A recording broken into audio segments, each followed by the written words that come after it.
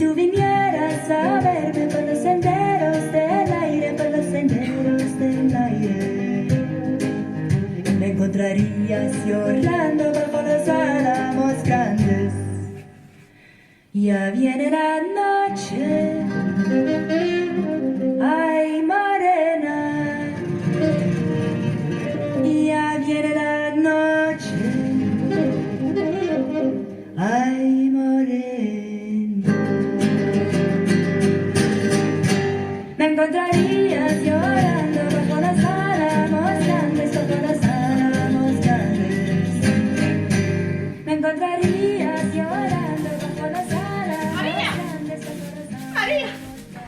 Des lettres? Je viens de croiser Pedro, le facteur, qui m'a remis des lettres. Des lettres de qui? Des lettres. Des lettres. Lettres de qui, Félix? Habla. Des lettres, je te dis des lettres. Nous avons écrit. Animaux digas. Qui veux-tu? Bien sûr, ce sont des lettres de nos hommes. Allez, ouvre, Félix, ouvre. Lis vite. Ay, Dios mío, j'ai le cœur qui va se décrocher.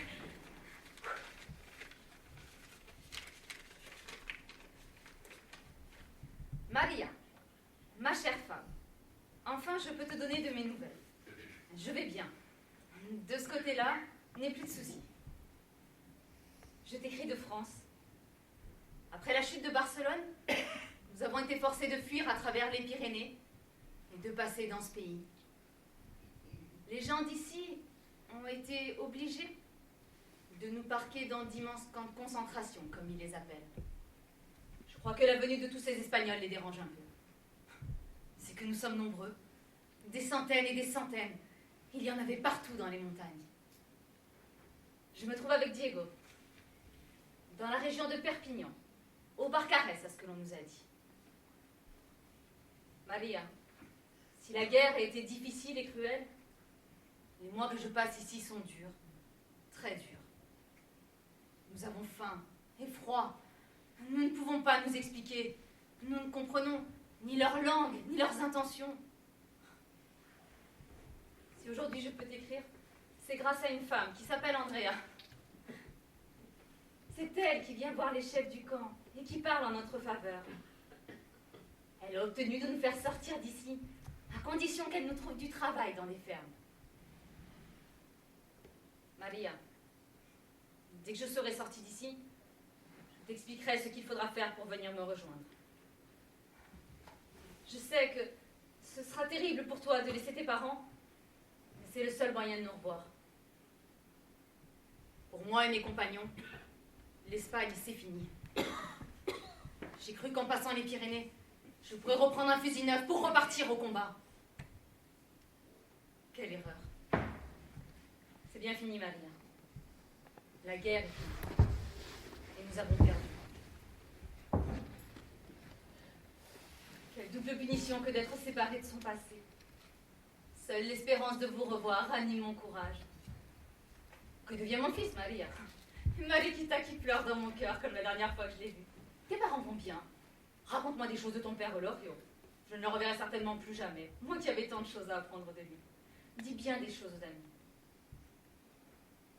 Ma chère femme, il va te falloir encore beaucoup de courage pour qu'enfin je puisse à nouveau vous serrer dans mes bras. Mais je vous promets de vous faire la vie la plus douce qu'il me sera possible de vous donner, afin d'effacer toute la souffrance que j'ai semée. Le chemin qu'il te reste à parcourir est difficile, mais nous sommes tous vivants et nous nous aimons. Il n'y a pas de route dont on ne vient à bout si la volonté est forte et si l'amour est au bout du chemin. Embrasse bien mes petits. Dis-leur que chaque jour qui passe, je les aime davantage et qu'une fois réunis, notre bonheur ne prendra plus fin. Manuel. Donne, Félissa, donne. Que je sente son odeur, que je touche ses mots, mon Dieu. Mon homme est vivant. Manuel, tu vis, tu vis. J'ai dans ma main un si petit crayon pour te dire tant de choses qu'il sera trop court pour que je puisse tout te raconter.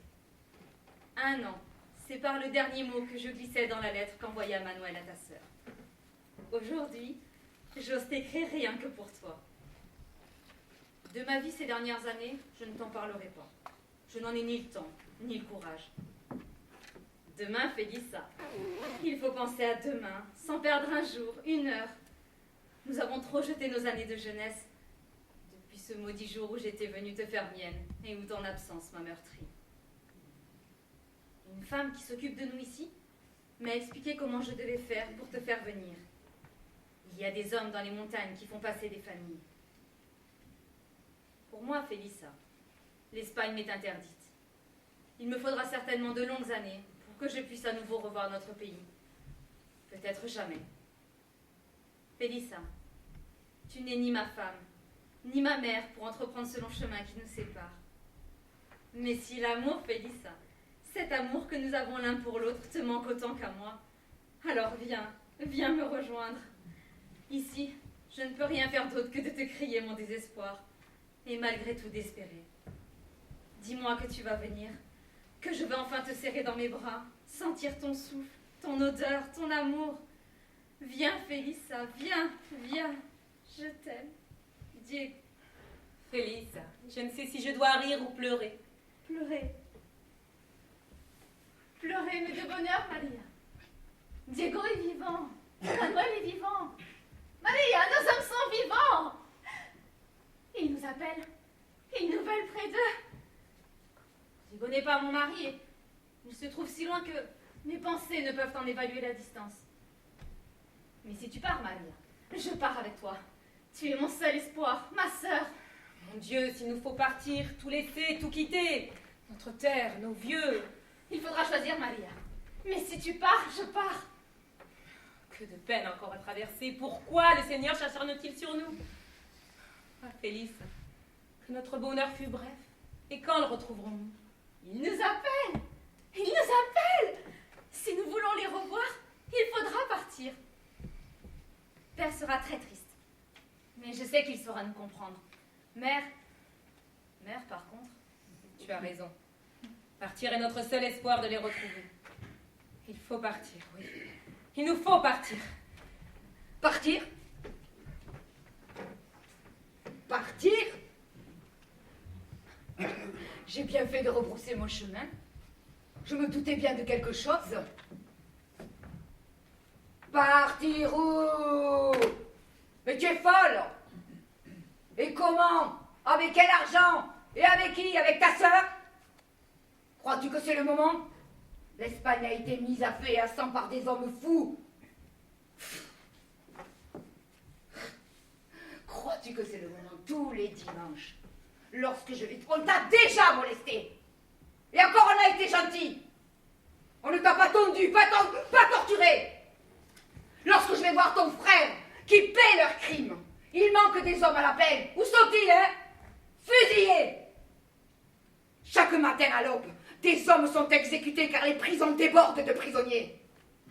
Le bagno, près de la prison de Guadik, s'est réveillé chaque matin par les mitraillettes. C'est un vieux qui ne peut plus dormir qui me l'a dit. Son neveu a été tué, le corps tout troué comme un chiffon muté. Et toi, tu veux braver ces monstres, traverser l'Espagne et passer en cachette une frontière avec 2 enfants? Andaya! Mais tu veux ma mort? Regarde mes yeux rougis et gonflés à force de pleurer pour tes petits. Mon dos voûté à force de gratter la terre pour que vous ne manquiez de rien. Mes pieds en sang pour porter chaque dimanche à ton frère enfermé dans une prison son pain qui le sort de la mort qu'on veut lui donner. Jamais, entends-tu? Jamais je te laisserai partir. Mère, derrière une montagne, un homme plus malheureux que vous pleure sa famille. Qu'il la repasse sans montagne s'il veut revoir sa femme et ses petits. Qu'il revienne. Il n'a qu'à demander pardon. Et si sa conscience est tranquille, on ne lui fera rien. Mais vous n'avez rien compris. Ils s'en foutent de leur pardon. Ils veulent les fusiller. Jamais, entendez-vous, plus jamais ils ne pourront revenir. Et c'est mon mari qui m'appelle. C'est un père qui veut revoir ses enfants. Et un fiancé qui veut revoir sa fiancée. Por Dios, Félissa! On fusille pour moins que ça. Il y a assez de révolutionnaires, tu vas pas t'y mettre toi aussi, non? Regarde comment vous mettent les révolutions. J'ai 2 folles. 2 filles folles. Oh, tiens, je vais chercher mes petits. Mariquita, Manuelito, votre mère est devenue folle.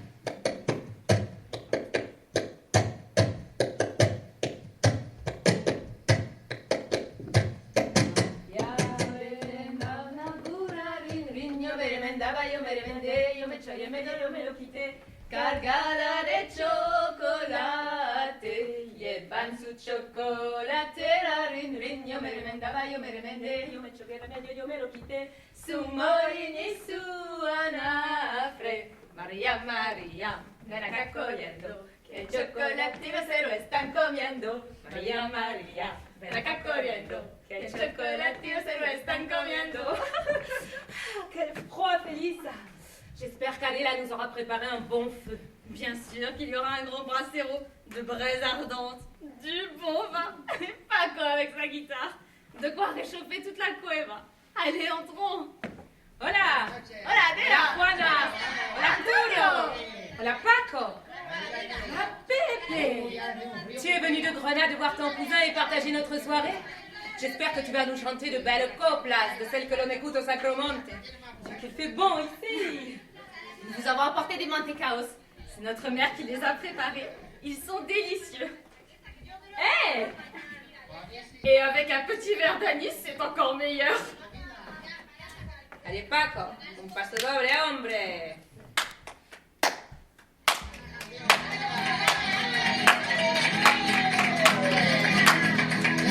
Que no se pierda la alegría.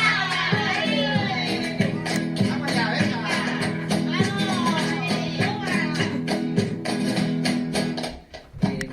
Viejo barrio de gente agarena. Aquello que hay en Granada.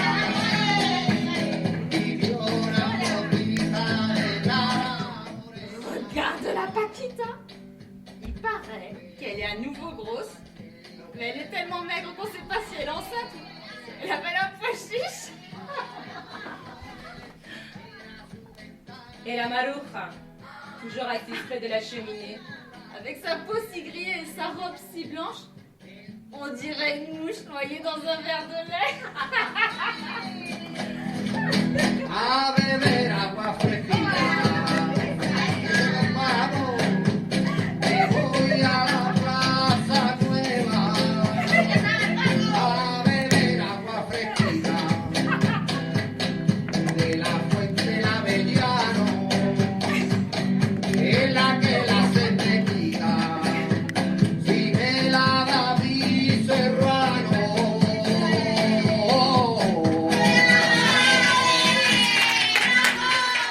Venga, Pepe, chante-nous Martinette. On dit de toi que tu es le prince du Cantejondo.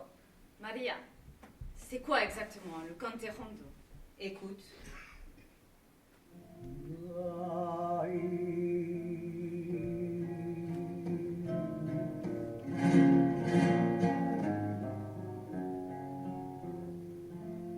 Cuando yo te conocí,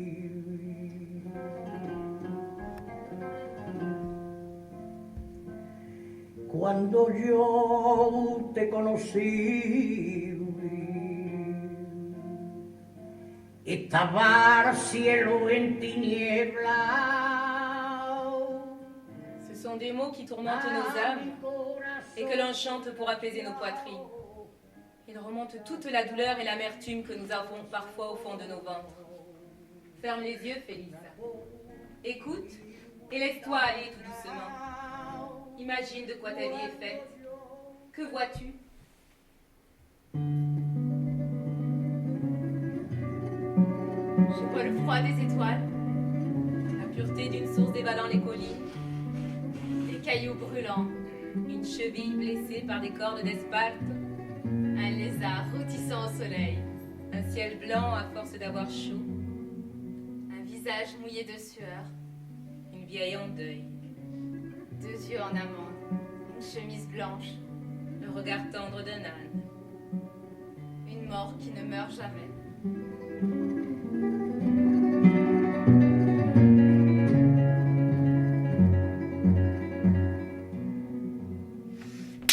Allez les amis, c'est bientôt l'heure de la messe de minuit. Ne soyons pas en retard, sinon le curé nous expédie tout droit en enfer.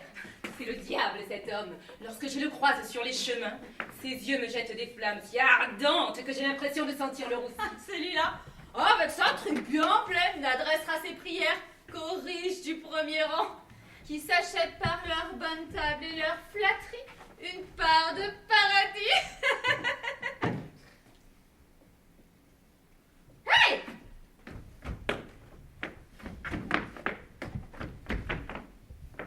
tellement les hosties avaient le goût du chorizo. Maria!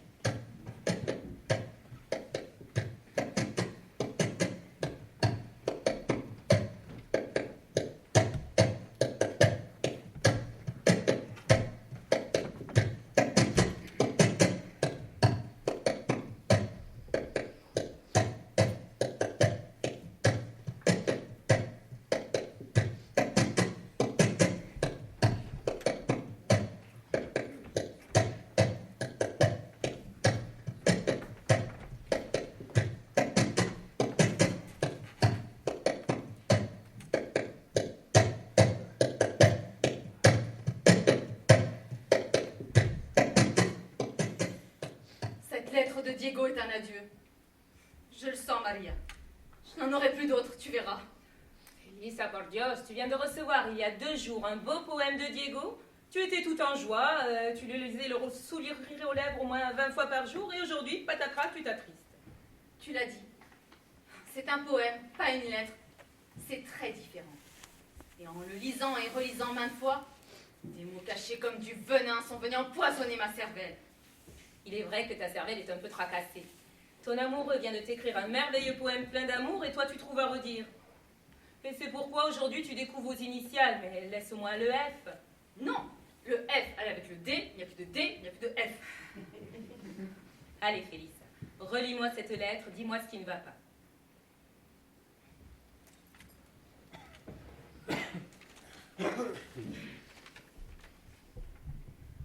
Félissa m'a bien aimé. Le destin est cruel envers nous, il nous a planté ses griffes et nous serre jusqu'au sang. Je sais que je te perds. Tu vois, je te perds. Il m'a perdu, c'est précis. Je le sens, Félissa. Ton ombre seulement hantera mes nuits. Ton ombre? Voilà, je suis devenue une ombre, un fantôme qui va hanter ses nuits. Il a perdu tout espoir de me mettre bien vivante dans son lit. Arrête tes âneries, continue, Félissa. J'aurais voulu partir loin de toi, plein de courage et d'espoir. J'étais venue te faire mienne, marquer ton corps de mon violent désir, m'enivrer de ton odeur. Mon corps repart gonflé d'amour et de tristesse, je ne t'ai pas eu et je ne t'aurai jamais. Tu vois, Maria, jamais. Il a écrit jamais. C'est clair, là? Non, son poème ne parle que d'adieu, de fantômes, d'illusions perdues et de jamais. Tout est au passé. Une vie ratée, en somme. Continue.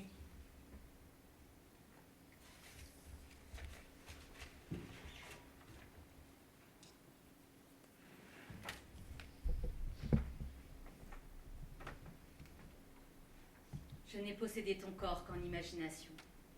Dieu que cela fait mal, plus mal que cette guerre. Lorsque les fruits de ces oliviers seront mûrs en hiver, je verrai ton ombre ployée sur la terre, tes mains longues et brunes, ramassant les olives avec cette ardeur qui t'envahissait. Le vent ayant la qualité de toucher, caressera ton visage, tes formes, décoiffera tes cheveux. Je serai jaloux des olives et du vent. En été, l'image de ta belle silhouette, crevant l'immensité des champs de blé, obsédera mes journées ensoleillées. Les coquelicots perdront leurs pétales, rougissant sur ton passage. Je serai jaloux des blés, des coquelicots.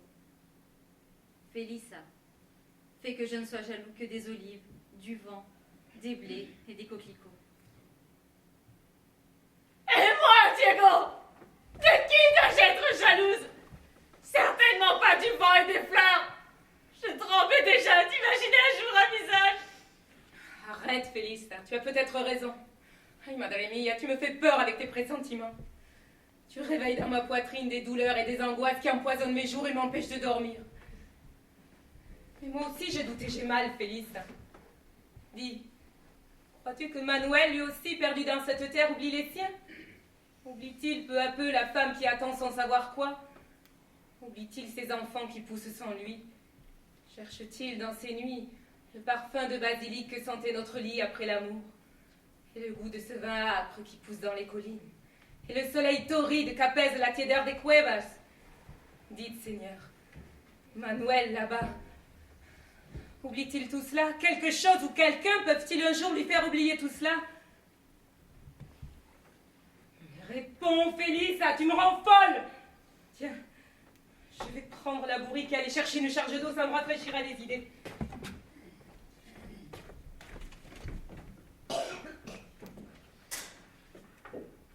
Que lui arrive-t-il à celle-là? Encore des nouvelles de son rouge? Non, justement. Cela fait bien des mois qu'elle ne sait rien de lui. Et toi?